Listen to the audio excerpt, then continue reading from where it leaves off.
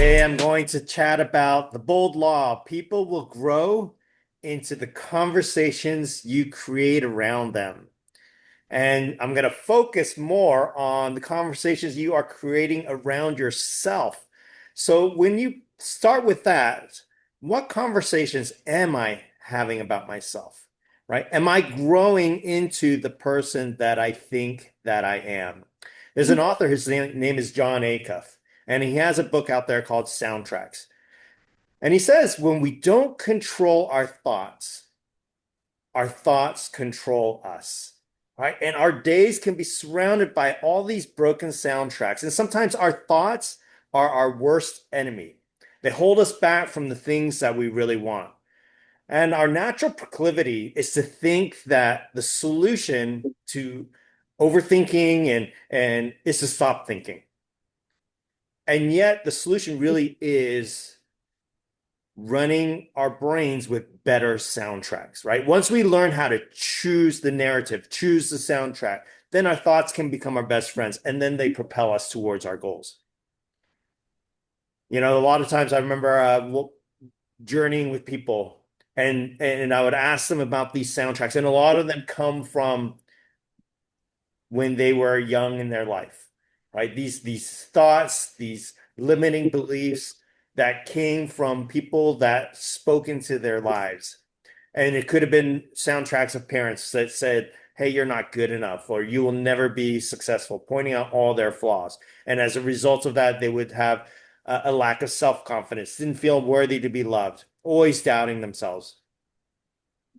And yet, broken soundtracks are one of the most persuasive forms of fear because every time we listen to it, it gets easier to believe it the next time. There were some researchers at the University of Michigan Medical School, and they found that when we experience rejection, our brain releases the same kind of chemicals as it releases during physical trauma. And that's crazy. Our brains really can't tell the difference between the two.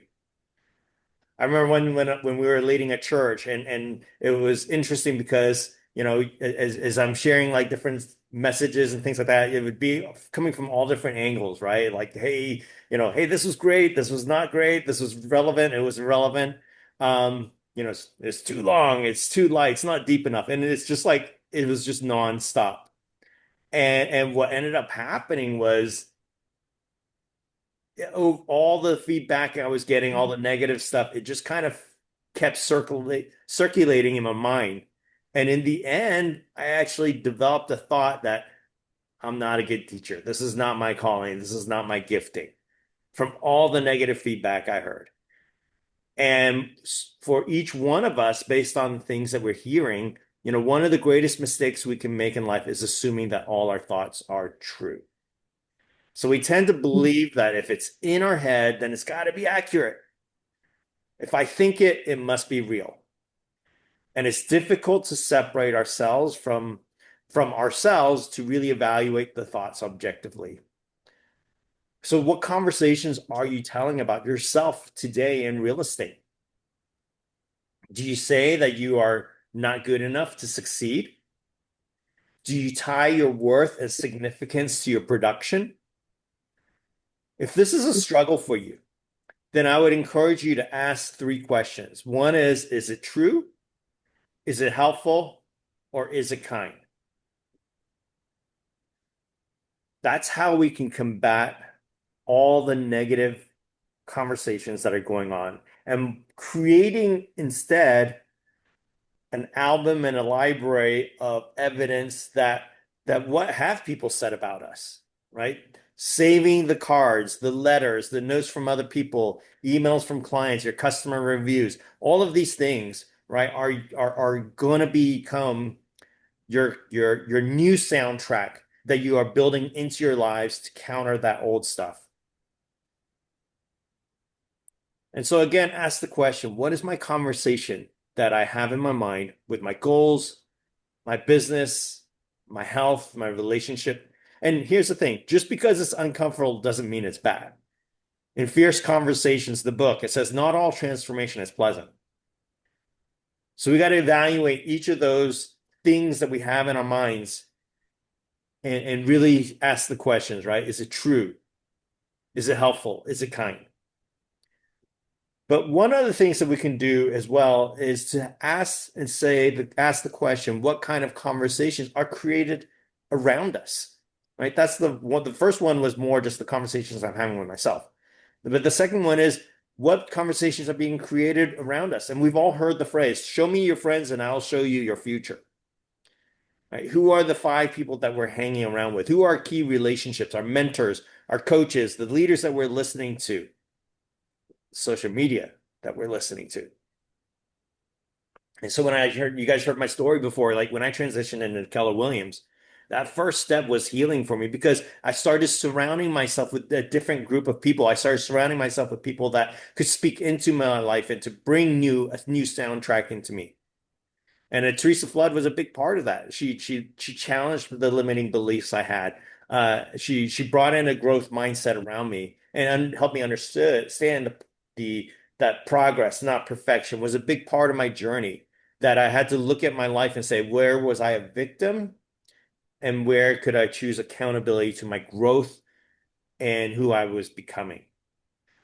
But when we are on this journey, we have to take personal responsibility first. That's why it starts off with our own thoughts about ourselves.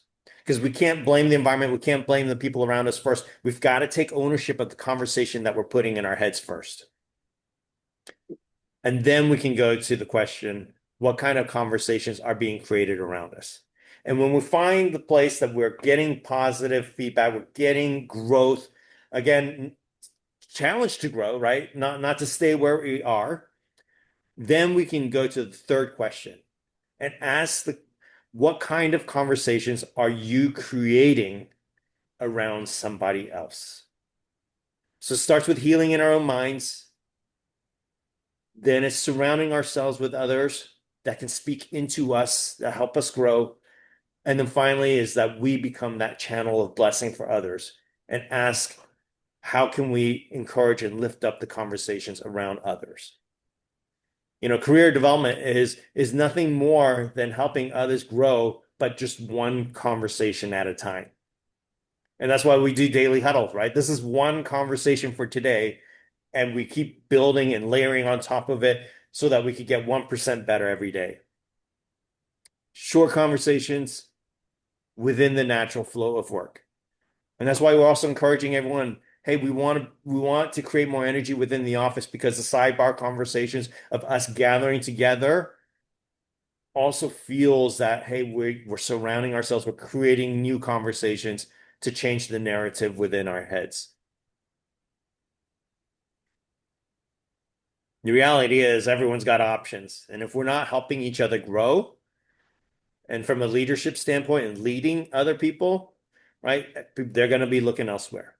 And so how can we create a really empowering community where we're having loving conversations and opening up those doors to possibilities, and then allowing each of us to grow into them?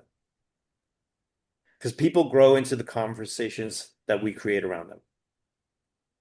We want to give each of us a sense of possibility, a sense of opportunity. And so again, we come back to the questions. What kind of conversations are you creating around yourself? What kind of conversations are being created around you? And lastly, what kind of conversations are you creating around somebody else? Because we come back to the bold law, people will grow into the conversations that you create around them. That's what I got.